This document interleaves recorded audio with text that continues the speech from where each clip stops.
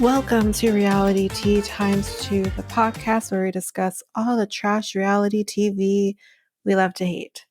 I'm Tanika, and today we're going to be talking about 90 Day UK.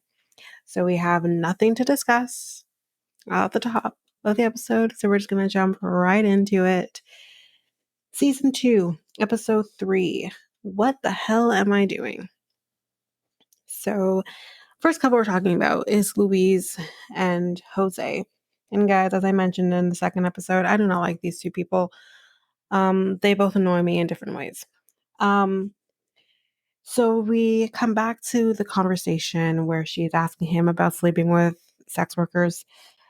He says to her that she deserves trust and he loves her and no woman.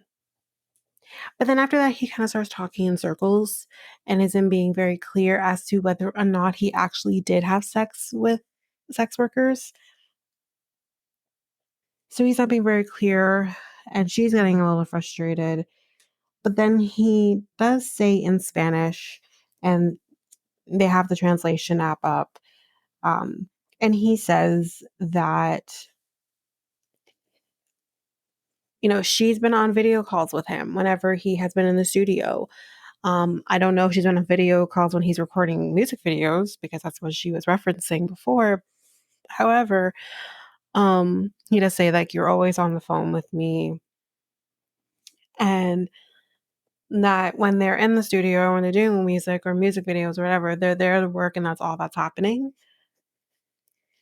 And then he says he does talk about one particular person, whereas Louise, when she was talking about this, was kind of making it seem like there was multiple people that he may be sleeping with. But he does say that this one person, she is not a prostitute, he says. He says that she is friends with one of his friends. So he says, in the moment that it's just a rumor, and that it's not true. So my thing here is that I don't think he's sleeping with sex workers necessarily. I don't think that's at all happening. What I do think is that it's definitely possible that he could be sleeping with other women just in general, because I don't think they've met before, from what I understand. You guys have been in this relationship for God knows how long, and you think for a second he's not going to go and, do what you got to do because you're not there? Like, that's ridiculous, honestly.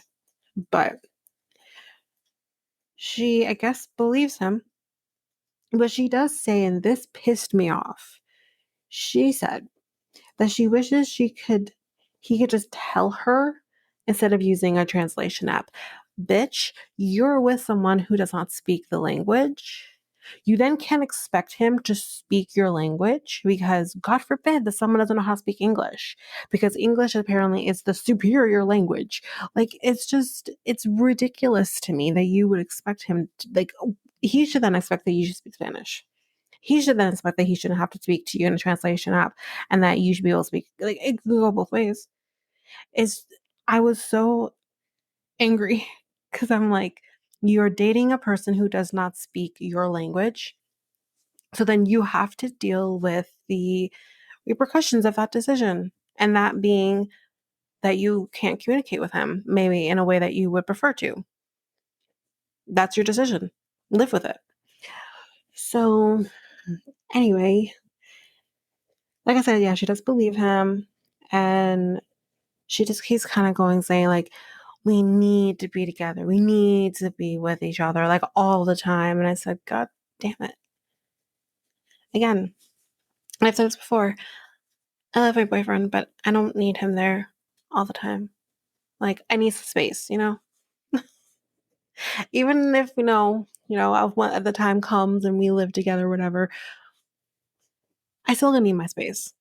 That's would be preferable. Anyway, we see that another kind of video montage, kind of similar to what they did with Shane and Mert in the last episode. We kind of see all that. So we find out that the wedding is going to be the next day. And she does go to meet his grandmother. And there's not much really here to talk about in terms of the conversation. Grandma seems to like her now that she's met her. You know, Louise can't really communicate with her because, well, she can't really communicate with anybody. She can't communicate with Jose to communicate with his grandmother because Jose doesn't even understand what she's saying. And then she can't communicate with grandma through Jose because she doesn't understand what he's saying. It's a hot mess of situation. So there isn't much really here to talk about. She does think that grandma's lovely, and that's about it that comes out of that. So in the next scene, we see they are getting married that day. And, she does say that she wishes her family was there.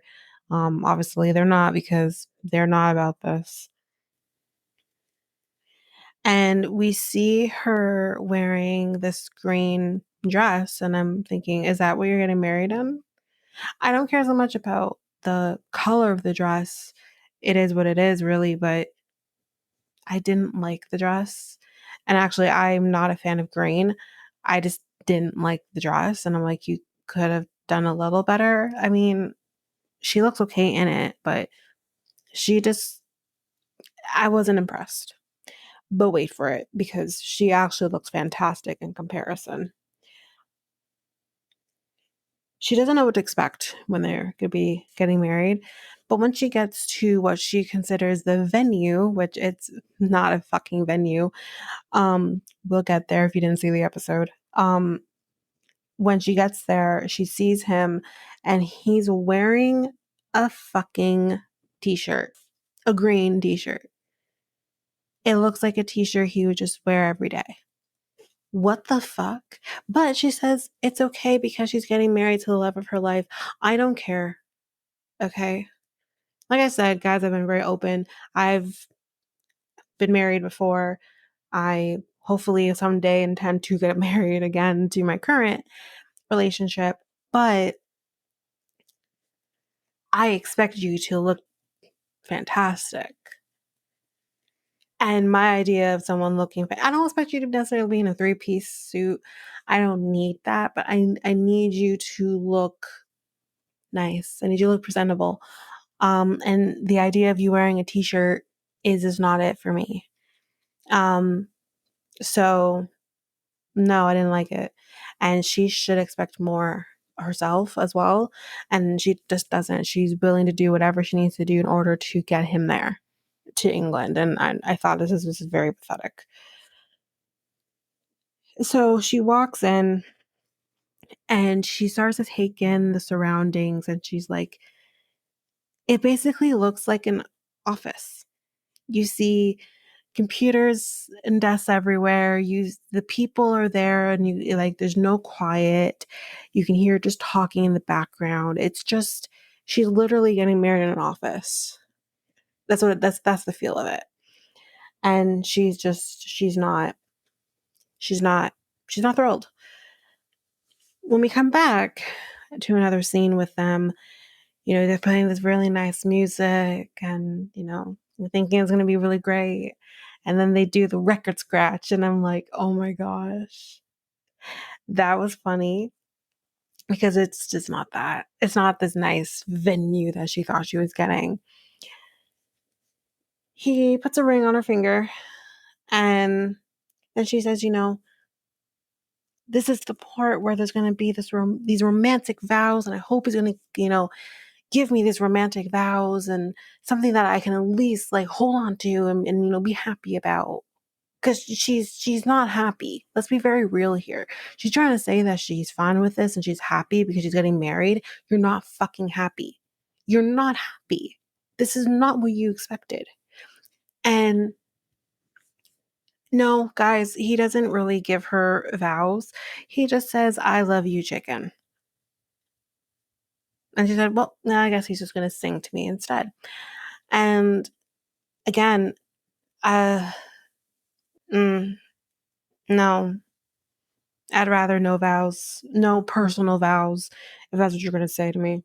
So then, they're married now, I guess, and you hear applause and, all that, and that's it. They're married. And I literally wrote, what the fuck? What the fuck? So after the wedding, though, they said, his family's gonna be coming back. We're gonna, have some drinks and, celebrate the wedding. And she says, Colombians are known for throwing really big parties. Oh my God, this girl was getting disappointed left, right, and center because that is just not what this is. They're literally in the basement of the hotel. And it's not a big party, just a few of them. And, yeah, she's not thrilled. She's not. And they have their first dance to his fucking song. And he is like singing to, well, I don't know if he's singing to her. He's just singing along with his song. Again, I wrote, what the fuck is happening? So then she decides after the dance that she's going to call Jesse because at this point she hasn't heard from any of her family before, during, after, nothing. I mean, fucking what's his face in the last season got a call from his mom during the fucking ceremony and he stopped the ceremony practically to take the call because it's his mom, Hossein, that's his name. So yeah, she just hasn't heard from anybody. So she tries to call Jesse and guess what? He does not answer the call. And she is clearly very upset at this. And she goes back to Jose. She says, I want to leave. And they do.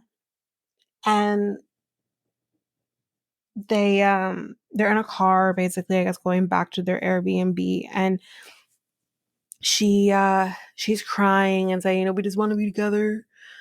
This is why I'm doing this. And we need to be together. And, all that, whatever. She's crying. He's crying. And she's like, I'm afraid I'm not going to have my family when I come back again. She's complaining about that. And I'm just like, you can't complain about something when you've made your decision and your family's going to make theirs. And yeah, she's just, going off about that. And then we find out here that he's been denied 2 visas. So this is why she's doing it. Because he's been denied these 2 other visas. They're hoping for the third one will go through. And that's why she's doing this. She figures that if I marry him, it'll be easier. And it might not be. But yeah, that's it for Louise and Jose. So now we're going to be talking about Michael and Mercy. So we see her talking with her friend about the bride price. And it's very brief. There's not really much here to talk about in terms of what she says to the friend. But then her friend asks her, when is he coming? And whether or not he's actually going to show up. So she then tells us that the first time that he was supposed to see her, she got to the airport, was waiting for him, and he stood her up because he thought that she was possibly scamming him. That's interesting that he would actually think that right off the bat. So Carol, by the way, that's her friend's name, she says she doesn't trust him. So 24 hours earlier, we see him in his room, bags packed, and he is calling James, and he is telling him about the extra dowry bride price that he's been told about. And he says, I don't know if I'm making the right decision. And James seems to be very supportive and is saying, yeah, you are. But up until he found out about the extra stuff. Um, and he says that, she never swindled anyone, according to her. And in the beginning, though, when she first started talking to him, she used a different name. And he says, like, I don't know if I'm making the right decision. I realize, like, you don't really know someone after 5 weeks. Well, no shit. If under normal circumstances, would you be marrying someone only being around them for 5 weeks? Probably not. So this is when I started comparing the situation between Jenny and Submit in this, because Submit did the exact same thing. And as we kind of know, maybe you don't know, there has been rumors that initially Jenny tried to get on Catfish because she thought that she was being catfish, which she was obviously being catfish, but then it worked out in the end, right? So this is when I started making those comparisons, because I started thinking, okay, maybe Mercy did start off trying to swindle him, or was, catfishing him, or whatever the case may be. Maybe that's how it started. Um, but maybe there's a possibility that that's not so much the case now. But then again, maybe it is. We really just don't know. Um, but it's very interesting that he would say, oh, she isn't swindling me, or she's never swindled anybody, when she has literally started your relationship on a lie. So yeah, I don't know. We then see her at the airport waiting for Michael. And she has been waiting for about 30 minutes for him to come. And she says, like, she's starting to get worried and wondering if he's actually coming, because again, they haven't really spoken since their little argument. And she does say, like, it would be a massive embarrassment if he wasn't to show up, because they're getting married in a few days. And she says, like, she will only wait for an hour for him, because she's saying, it's cold and she doesn't want to wait forever for him. So in the next scene, we see that she is still waiting for him to come. She has not received a single text message from Michael. And I wish the 90-day would get better with this, because we hear the hopeful and happy music before we even see her reaction to him being there. And it's as soon as you hear the music, like, oh, okay, so he's there. But I would rather see her reaction and then get the music. Like, editing, do a little better. But yeah, he's there, with his kids, and we didn't know he actually has another child. So he has two kids, but they're both there as well, obviously to be there for the wedding. And I mean, y'all, this is when it started to shift for me, that I'm like, okay, I think she actually does love this person, even if she's not saying those words to him. Um, Even if, there was some sketchiness initially in the beginning, I think she does love him, because y'all, she just goes running to him and immediately just jumps in his arms and hugging him. And, you know, so I was at that point, I'm like, oh, maybe maybe there is something there.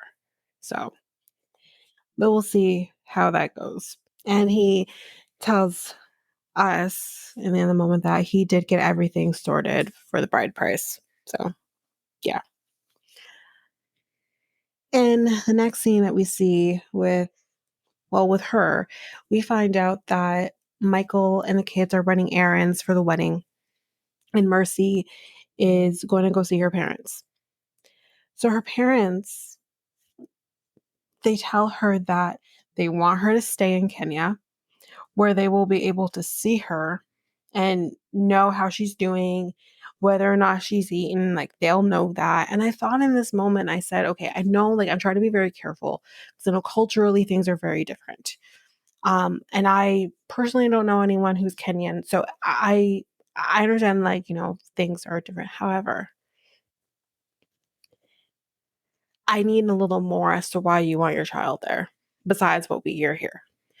And the thing is if your child wants to go off and live her life with her, well, what would be her new husband, and he has children that obviously that maybe he needs to make sure he's still connected with. I don't know if the mother is in the picture, but if the mother is in the picture, they need to be able to be with both parents. He has a lot more to lose with if he were to move to Kenya versus her. Um, yes, it's still an uproot for her, and that is a scary thing, but it's just I don't see it possible for him to move to Kenya. And so like I just need a little more than those reasons. I think if she is not old enough to realize she needs to feed herself, then she shouldn't be getting married. I just and she's going to be married, so I don't understand how he can't make sure that she's taken care of and she's okay and all that. And she seems very independent, so I don't understand why she needs mommy and daddy to make sure she's eating.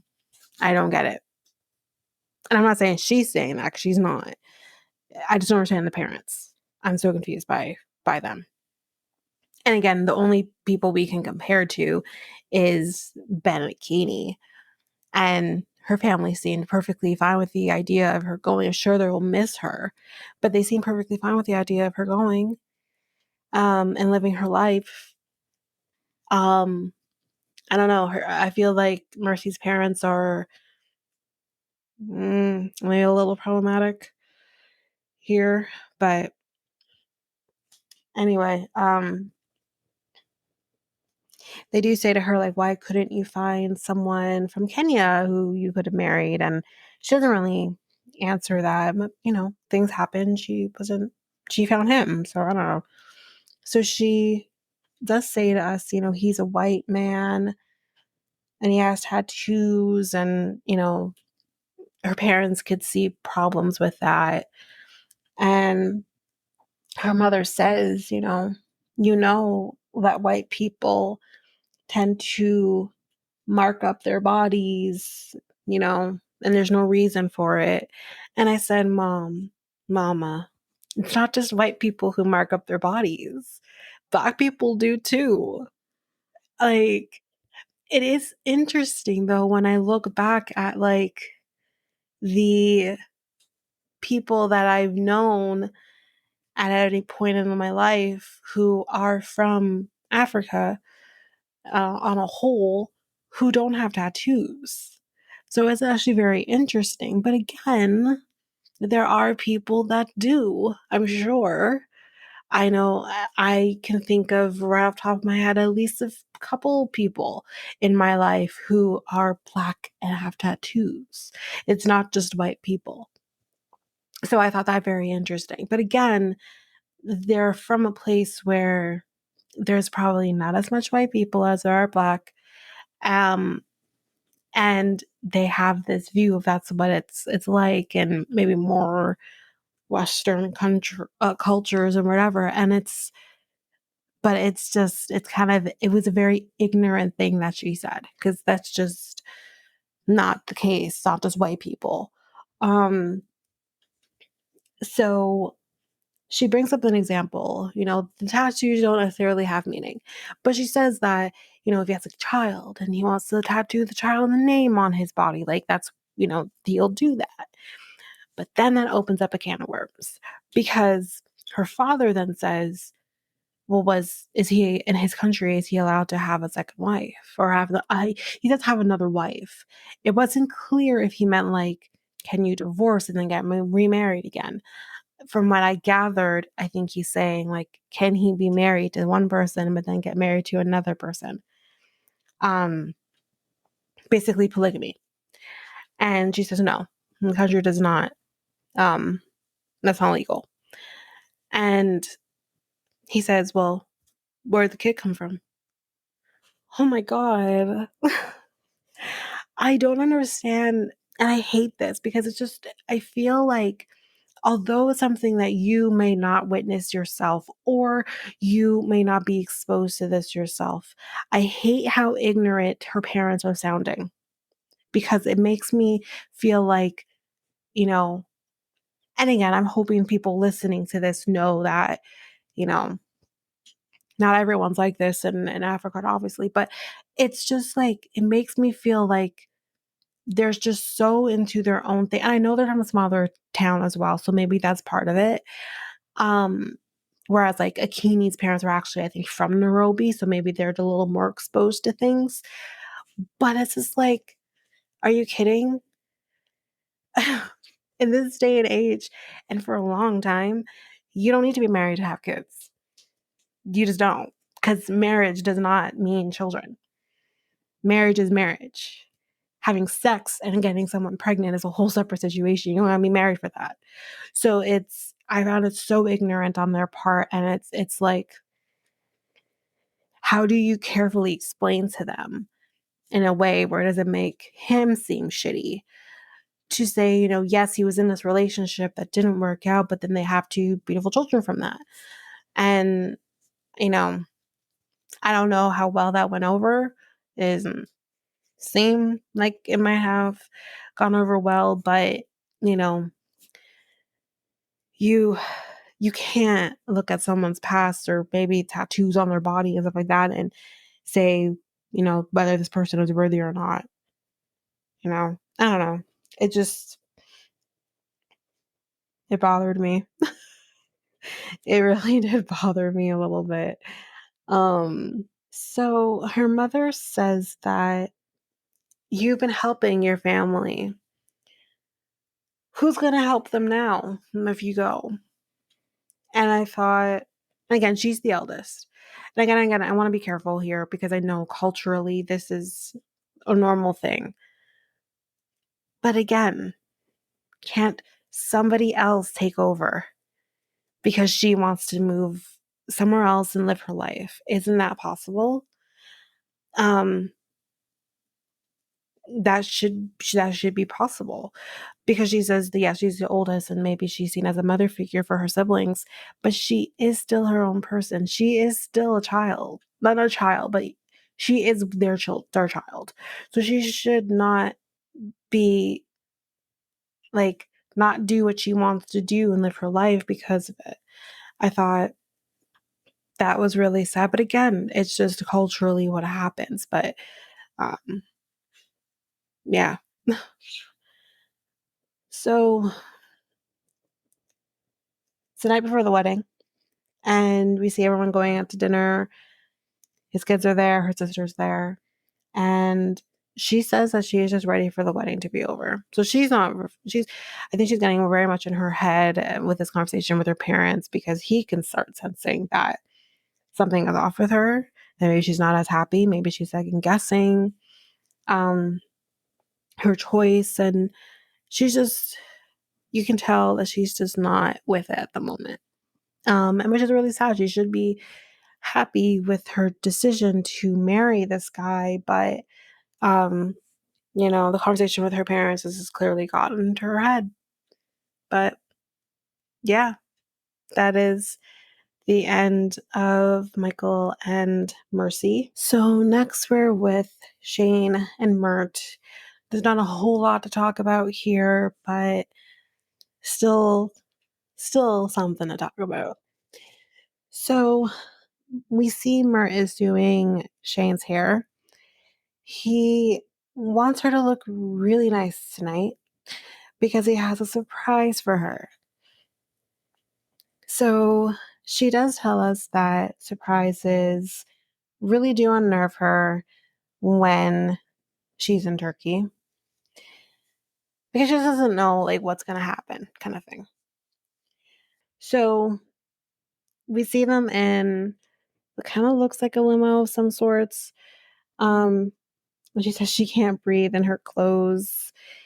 And she makes this analogy of sausage in a keyhole. That's what she feels like in her clothes. Now, that can also mean something else. Anyway, so she thinks that he's acting really odd, because at one point he actually says to her, "Don't look at the phone," because he's writing a message that I guess has to do with the surprise. She looks away and she's not looking, but you know. So they get out of the car and she makes the reference of, I brought the England weather back with me. So it's raining. And there was like by a marina, boats everywhere. And he does say to us that he is going to be proposing to her. So they're on the boat and it's all decorated. It's really nice. And he actually says, this isn't a surprise. This is like the surprise to the surprise. So they get to, I guess, kind of in front of a bridge. And on the bridge, we see this green laser that's kind of shooting all around. But then eventually that green laser ends up saying her name. It says Shane. And then the next thing says, will you marry me? She, before this had actually happened, she said that you're going to make me cry tonight. She didn't, I don't think she was actually crying in the moment, but y'all, I was. I love this couple. I got teary. I thought it was just so sweet. It was very thought out. So he asked her to stand up and he ends up going on a knee and presents her the ring and she says, of course I'll marry you. And then she tells him, I have a surprise myself. And she's like, I'm going to bite the bullet. I'm going to do it. And she goes on a knee and she proposes to him. And she says, no matter what was going to happen, whether he was ready to propose or not, I was going to propose to him. And I thought, you go, girl. So they are now engaged. Of course, he says yes. They're engaged. And we kind of circle back to the laser, and the laser kind of says, I think it either Shane loves Mert or Mert loves Shane or something in that order, whatever order it was, but basically one loves the other. So, yeah, they're happy. And I'm happy. Like I said, I love this couple so far. But yeah, that's basically it. Last but definitely not least, for this episode, we have a new couple. So we are with Robert, who's 46, and he lives in Scotland. I believe he lives in Glasgow.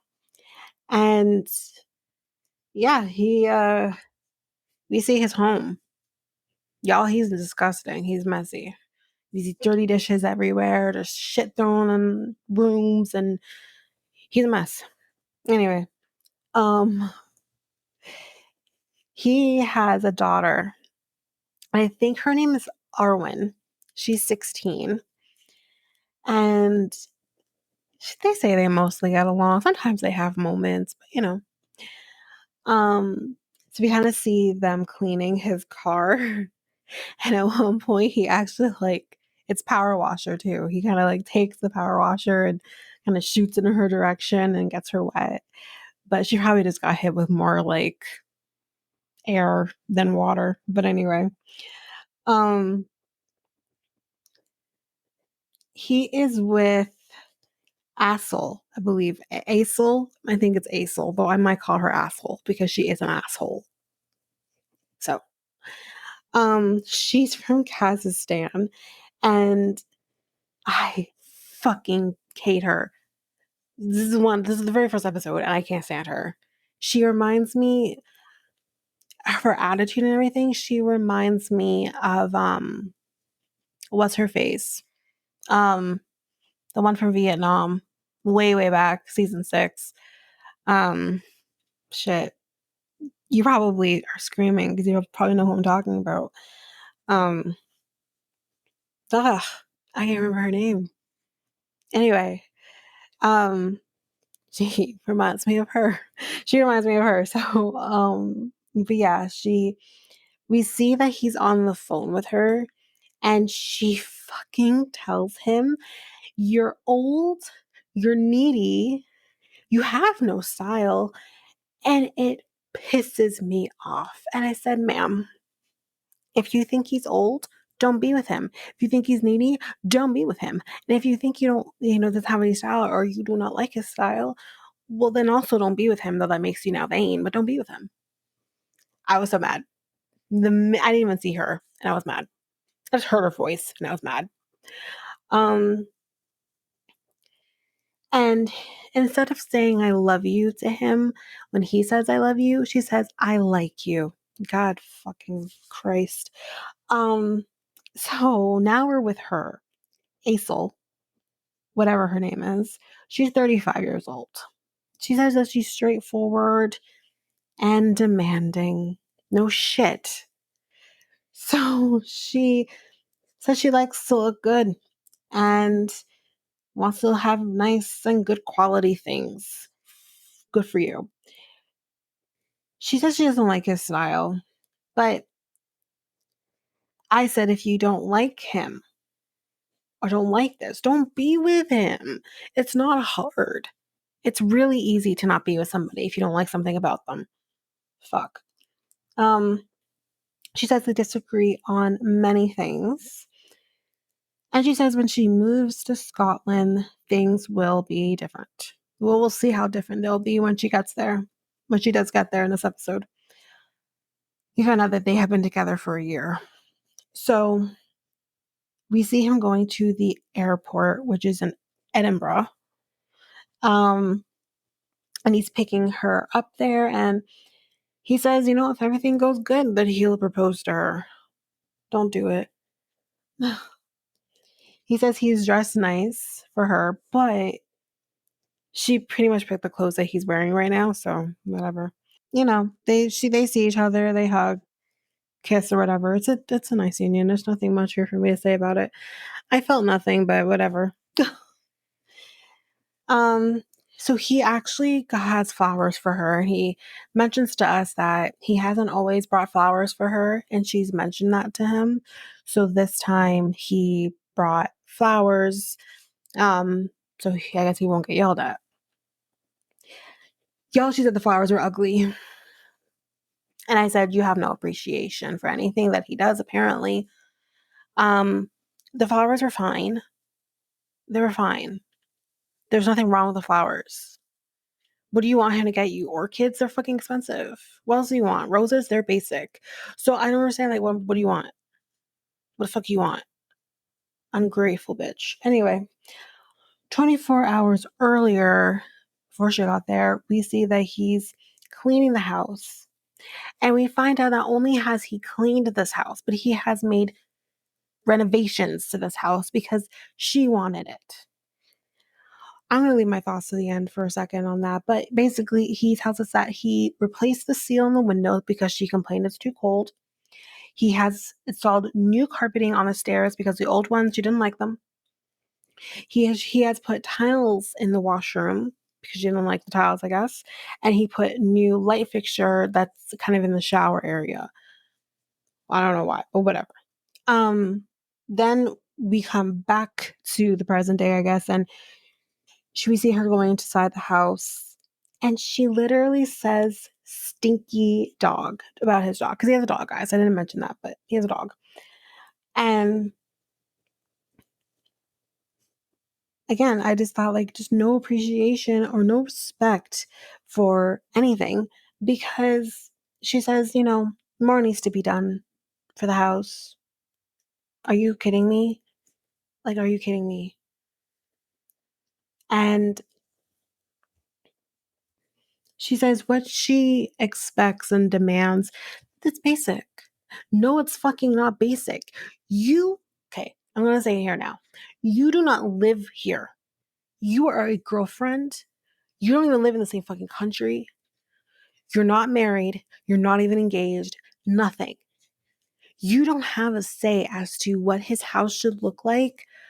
I expect a house should be clean. Yes, I will give you that. The house should be clean. You should be able to be in there comfortably when you are there. 100%. But you do not live there. So you don't have a say in what his house should look like or what renovations he should do. Did you pay for the renovations? So you don't have a say. Did you have money? Because as far as I'm concerned, if a man came to me and said, "Oh, you need to renovate your house," or whatever, I'm like, "Okay, so give me the money then. You have so much to say, give me the money then." Or you don't have the money, so shut the fuck up. That's what I would say. But whatever. This is me. And she says the house is old, and I said, "Okay, well then don't stay in the house then." She says she doesn't want us to change it, and she says that the storage area where he has like a lot of his shit, which I think yes needs to be straightened out. That can't stay like that. Um, she wants it clean so she can have it as a work area. Again, do you live there? The answer is no. So you don't get a work area. Anyway, next thing we see with them, she is getting rid of his clothes. And my first question was, does he know? No, he doesn't know. Because then she says to him, "Can you bring me a garbage bag?" And he says, "For what?" "You'll see." "Excuse me?" So he comes and he says, "Oh, okay." And she says, "You know I don't like these PJs on you. They're fucking PJs. Who's seeing him in the PJs but you, ma'am? And I'm sorry, as far as I'm concerned, while you're there, he shouldn't be wearing PJs anyway." So, I don't understand. I don't get it. Like I don't understand. You don't. I don't get it.